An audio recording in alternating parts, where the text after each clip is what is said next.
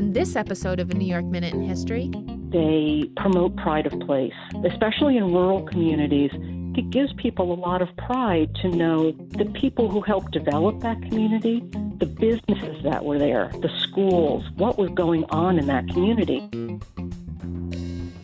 We discuss the evolution of the New York State Historic Marker Program, from its inception to how to apply for a marker today. It's all coming up right after this.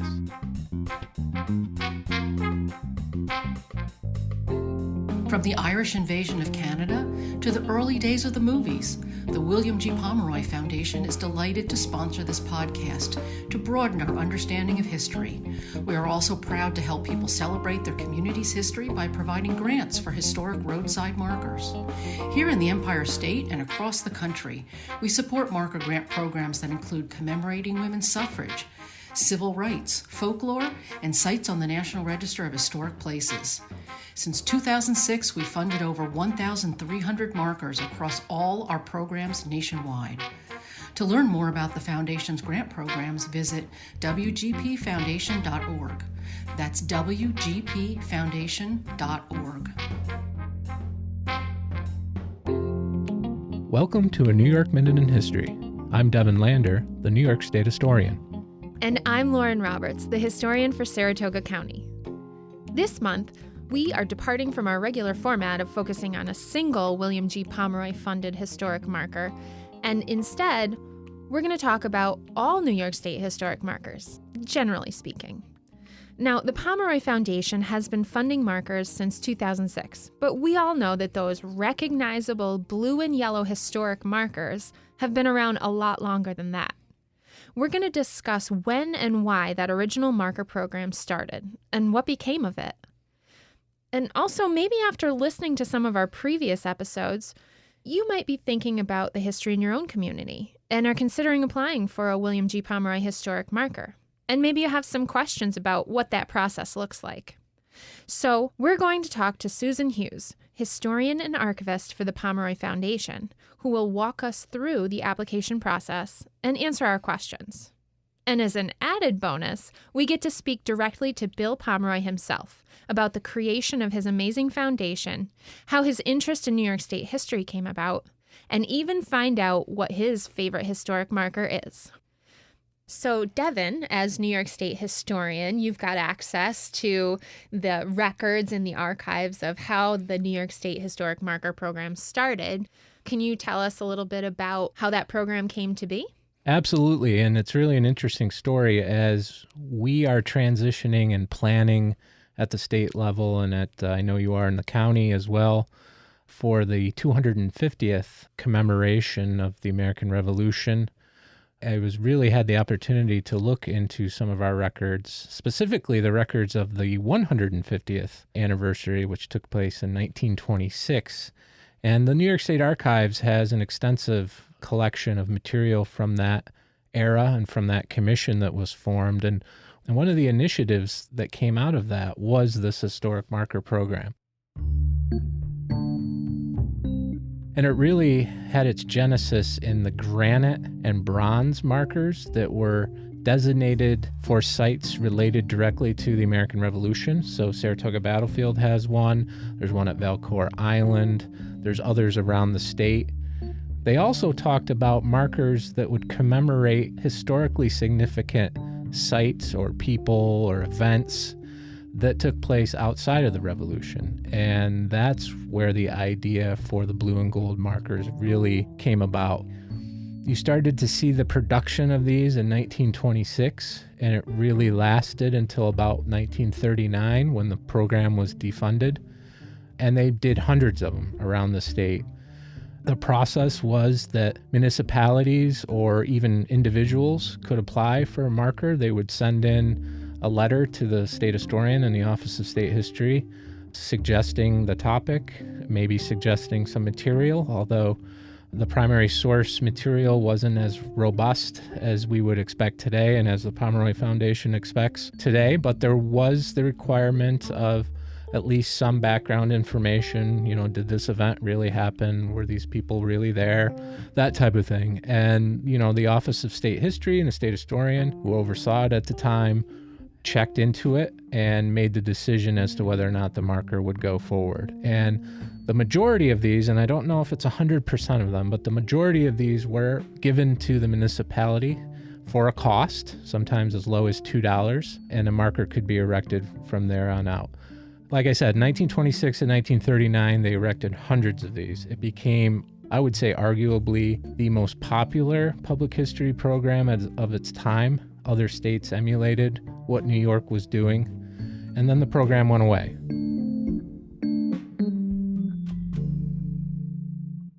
We have to think 1939, why did they defund it? We don't really know. The legislature just stopped putting money in for this program. Then by 1960, a new program came forward, and this was a partnership between the Thruway Authority and the State Education Department and the state historian at the time, the Office of State History.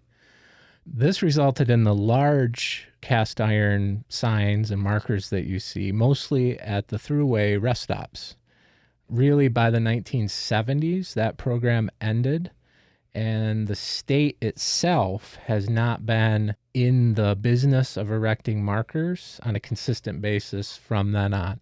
There has been some erected by various commissions over the years that are state signs, but the majority of any markers that you see from, say, 1972 till 2006, when the Pomeroy Foundation becomes involved, those markers were erected sometimes by local historical societies. Sometimes the town or municipality itself would erect a marker, and these were not vetted by the state. The state historian's office didn't have anything to do with them, and they just kind of were put up, again, by the locality. I think one of the important things to note is that the state signs are usually labeled at the bottom of the sign as State Education Department. So one of the ways to tell who erected the sign is to look at the bottom of the sign and see what we would call a credit line. One of the ways that we identify markers whenever one topples or is somehow taken down is exactly that, Lauren, who erected the marker, and that will be stamped towards the bottom of the sign. When a sign does fall, since the state education program no longer exists, those signs that were erected by SED fall under the jurisdiction of the municipality in which they're located. So if you have a marker in your village and it gets hit by a car or it gets pushed over by a snowplow, it is under the jurisdiction of the municipality to do maintenance or fix it, replace it. Interestingly, though, I do get contacted often about projects related to refurbishing an original marker, or if a marker becomes damaged, sometimes a local organization or even a Boy Scout or somebody like that will take on the project of refurbishing it. And we do have guidelines on our website as to how to do that, exactly what colors are used for the blue and gold. That information is on the Office of State History website. But yes, the markers are the responsibility of the municipality. So Lauren, as a county historian who has worked not only with the Pomeroy Foundation, but has also worked with other organizations in erecting historic markers, I would like to know what your thoughts were about the markers themselves, and what do markers represent? There are a lot of benefits to putting up historic markers. I think when you boil it down, historic markers tell people that something important to the community's history happened here. It gives a concrete location where people can go and plant their feet and recognize that this destination is important to the story of that place. And I think having signs in public places, it allows you to get your story out to a larger audience than you would at, let's say, a single presentation or maybe writing an article to your local newspaper. Those things are good too, but I think having signs in a public place allows you to reach more people. Another benefit to putting up historic markers is that you're using bite-sized chunks of history. We want information that can fit on the screen of our phone. So William G. Pomeroy Foundation, they have guidelines that you have to follow. The top line, the title line, you only get 15 characters, and that includes punctuation and spaces. And then you get 5 lines of text with 27 characters each. So it's not a lot of real estate. You really have to concentrate on the most important parts of the story and those pieces that will make people interested in learning more. In a way, historic markers are teasers to try to get them not only to research more and to maybe look into it if they want to learn more, but also give them a sense that history happened here. Of course, there's a downside to historic markers, as with any kind of memorial or monument. It's a snapshot in time. They're hard to change. Once they're up, it's hard to alter. And I know with some of the original historic markers that the state erected, we've come to see them in a different light. They use terminology that we wouldn't use today. Sometimes the history is not exactly 100% accurate. Because history is an evolving field, it's not just the facts, as many people think it might be. It's actually interpreting events of the past. So a historic marker can very much be accurate in the time in which it was erected, but new understanding comes to light, new material in the archives comes to light, and we realize that, in fact, the story is more complex, or in some cases, the story is not true. So, I think that should be taken into account with historic markers. I know the Pomeroy Foundation has an advantage being online because they can make changes, at least on the website, but they also have a very rigorous process to vetting these markers, more so than the original markers, which Susan will tell us about. For the state historic markers, those traditional blue and yellow markers, we have different grant rounds. There's 4 grant rounds a year, and it really depends upon what county you want to place the marker in. The other programs we have, say, Legends and Lore, and our newest one, Hungry for History, they have their own deadlines. With those, we usually have twice a year. Our application process starts with what we call an LOI, which is basically a letter of intent. You're giving us a proposed inscription for the marker and then a list of the primary sources that you intend on submitting. We don't need the actual primary sources at that point. And you send that in to us, and we will evaluate that. We make sure that what you want to apply for actually qualifies under the guidelines for that program. We'll also look over what you intend to send us in terms of primary sources and let you know if we see that there needs to be something added to that, or if something perhaps might not be acceptable, or sometimes people just overlook a certain fact that they want to put on the marker, and they overlook the fact that they need to have a supporting primary source. So we send that back, and that gives you plenty of time to gather the things that you need for your application. And then you go back on the website, and everything is done online. And that's the point where you decide on what exactly you want the marker to say. You do need to have a land permission letter signed by the owner of the property where you intend to put the marker. Really, one of the most important things is the supporting primary sources. Why is it that the primary sources are so important for the text on these markers? Primary sources are usually what we say is the least filtered source of data. They are the things that were created typically at the time of the event, or they are information that's based on firsthand knowledge. With secondary sources, with historical compilations, history books, local history books, encyclopedias, Wikipedia, every time someone retells a story, details can get dropped. There's changes of emphasis. Sometimes inadvertently errors get introduced. Sure. And even if it's a textbook, sometimes they can create, a little bit of creator bias based on the purpose and the point of view of the creator. I know a lot of us have those county history books in our libraries and in our collections, and that were done, say, between, the late 1860s and the turn of the last century. Mm-hmm. We get a lot of people submitting those as, it was written about my county and the person was alive at the time. But the problem is it is a compilation. And a lot of times the information that it contains, you're submitting something that was published in, 1888 to support something that happened in, say, 1768. That book is not considered a firsthand record, and it's not really based on firsthand knowledge. So then we tell people that you need to go find the records that person used, to write that book. Because what we're looking for is facts, not someone's analysis of what happened. A lot of times we feel, well, if it's in a textbook and it's published in a book, it must be true.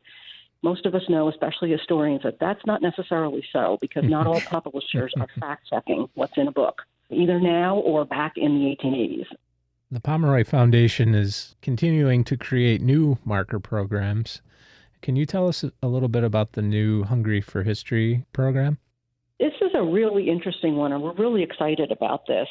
It's designed to celebrate America's food history. What we're looking for is local and regional specialties, that help sort of form community identity. The first marker we put up was for salt potatoes. It's at Onondaga Lake Park near the Salt Museum. It's really a food that is identified with Syracuse. Basically, we're looking for prepared dishes of, 2 or more ingredients. And we're looking to commemorate the food dish itself, so not food-related events.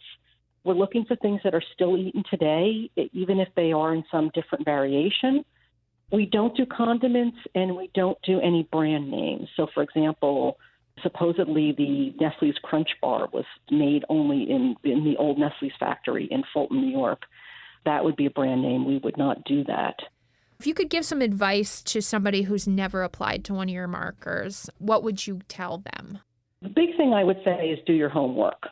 Read the criteria closely. Look at the FAQs page on the website. We have a lot of information on our website as to exactly what we accept. We have webinars that they can watch for free. You are welcome to call us if you don't see an answer to your question. And one of the things I do want to say is that if you apply for a marker and you're not able to find all the primary sources you need, or you have some kind of difficulty with the application, you're always welcome to let us know that you'd like to close out the application, and you can come back and reapply the next round. We are not a one-and-done type of foundation. Devin, you were mentioning before that some of the markers that were placed quite a while ago, their terminology is what we see now as insensitive or maybe even offensive. And sometimes the stories are completely inaccurate. And I know that we have some of these in Saratoga County where names are misspelled on the state historic markers. Do you have some thoughts on how to deal with those inaccuracies, misspellings, that kind of thing? There are a couple ways to look at this. And one of the ways when we talk about terminology and the changing perceptions is to understand that many of the original historic markers, or all of the original historic markers, really come from one perspective, right? There weren't a lot of signs that were erected for underrepresented communities, including people of color, the indigenous community, women. There wasn't a lot of markers devoted to women either. That's one of the things I think that the Pomeroy Foundation is doing really good, is trying to be more inclusive of the topics that they touch on, the communities that are not represented currently in the history, and making sure that the material is vetted by experts in a community's history, whomever that may be.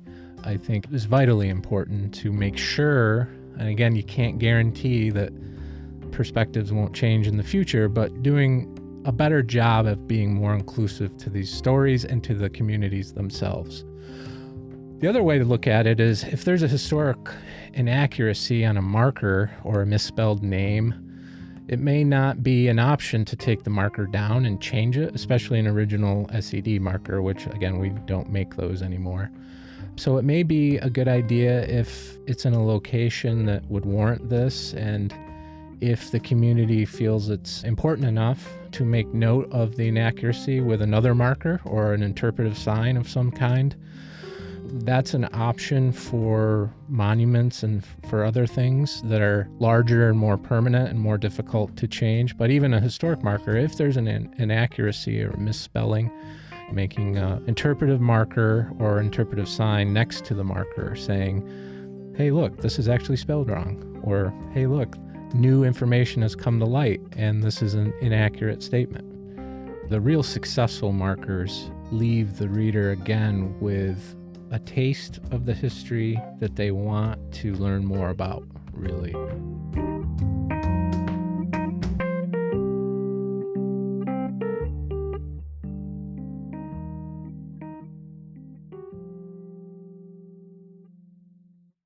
One of the things that I think historians or people who are interested in local history, state history have in common is that they love road trips, right? I mean, I'm sure we can all think of times that we went on road trips and we found these cool side of the road places, whether it's a historical society or a lock on an old canal, and you discover these things that you had no idea happened in your backyard or maybe across the country. I can't bear to drive by one of those places without stopping, to the annoyance of the rest of my family, but that's just the way it is. And when we talked to Bill Pomeroy, road trips were one of the things that he said was important in developing his love of local and New York State history. When I was a boy, my dad, he was a traveling salesman, a manufacturer's representative, and I used to go along with him for the ride. He had a 1950 Chrysler Windsor. He was interested in history, too, and he knew that I was, and he'd pull over at every single roadside marker we saw and other things of historic interest. So we'd read these markers together, and that became just a feature of what we did. A couple of college degrees later and a camping trip around Europe, I became a marketing rep for IBM, selling mainframe computers in Silicon Valley. After IBM, my 4 years with IBM, my wife and I spent over a year living in a Volkswagen camper in Mexico, Central America, and all the way down into South America. I'd learned so little of that area's history in school, and the history is just unbelievable. On that trip, we traveled over 50,000 miles. So that's when I returned to New York. And when I uncovered some unknown direct ancestors, specifically Spencer Pomeroy, my third great-grandfather. With his sisters, his mother, his family, his two children that were born there, he settled here in Pompey over 200 years ago, less than 6 miles from where I live today.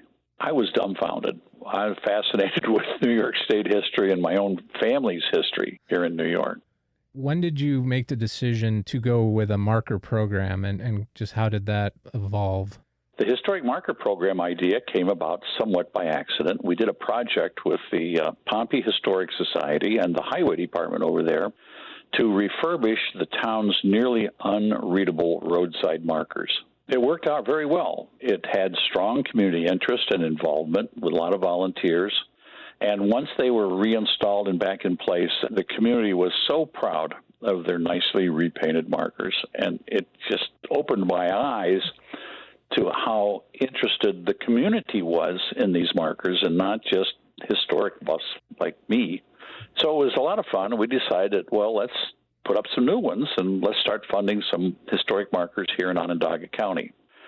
Around 2010, we expanded the program to all the counties surrounding Onondaga. And by 2012, we took the program statewide. And I got to tell you, the demand for historic markers far exceeded our expectations. The foundation has funded more than 1,500 markers and plaques nationwide, including all the way up to Alaska. We have yet to get one in Hawaii. Your foundation has a motto that says, "For history and for life." Can you tell us a little bit about the great work your foundation does in the battle against blood cancer? Oh, sure. I survived a very serious case of leukemia.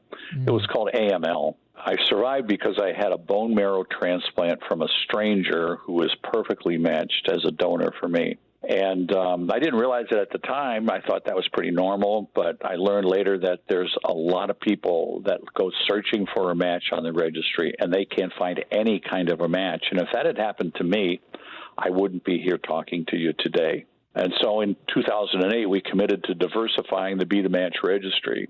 And this is the largest bone marrow registry because we wanted anyone from any ethnic background to be able to find a life-saving match. Since 2008, we've helped organize hundreds of bone marrow drives. We've registered more than 26,000 people to the registry, and we know that it's resulted in at least 107 donor-patient matches. Wow. So we can't close out the interview without asking an important question. I would be remiss if I didn't ask you if you had a favorite marker. My roots are in Pompey, and that's really where everything started for me. My family was there. We did our first involvement with historic markers there. And there's two of them that we placed that I kind of like over there. And one was the Revolutionary War veteran Conrad Bush, who is reported to be the only Revolutionary War veteran that was granted a 600-acre military tract that actually settled on his land. Also in Pompey, we have the honor of being the birthplace of a New York State governor, Horatio Seymour, who lived from 1810 to 1816, was a contemporary of my family. You know, there's a lot more, and as I said, funny, strange, surprising. Just encourage the listeners that if you want to find these markers and all the rest of the markers that we have an interactive map on our website, wgpfoundation.org.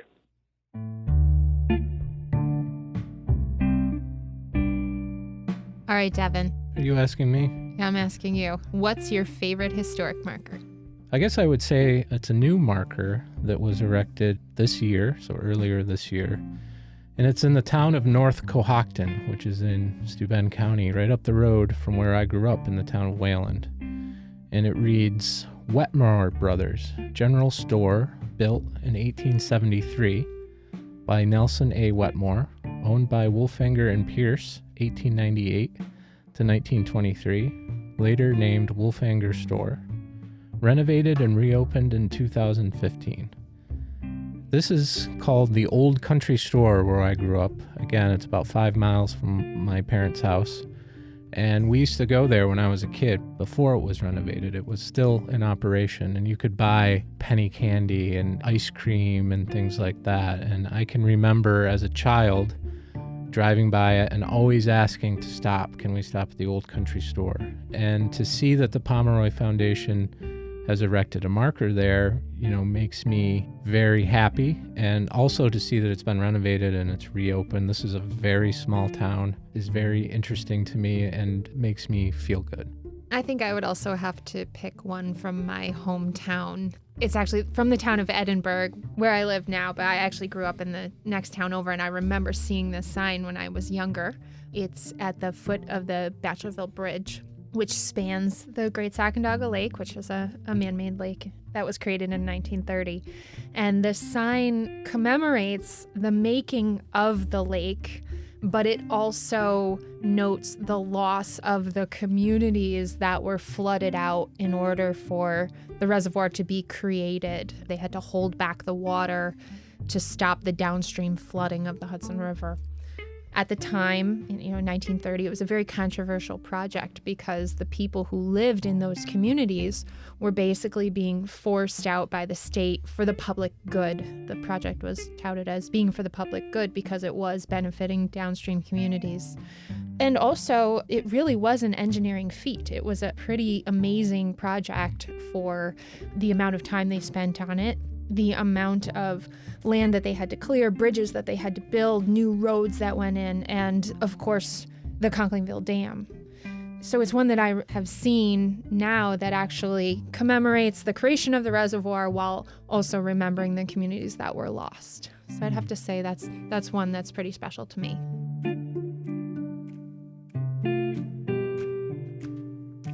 While no marker or monument is perfect, the benefits of erecting historic markers outweigh their limitations. We can't predict the ways in which the future will interpret history, but by making accuracy the utmost priority, we can use these markers as a tool in telling the history of our communities. These signs create pride of place among residents, attract the interest and economic benefits of heritage tourism, and reach a wider audience than other methods of interpreting local history.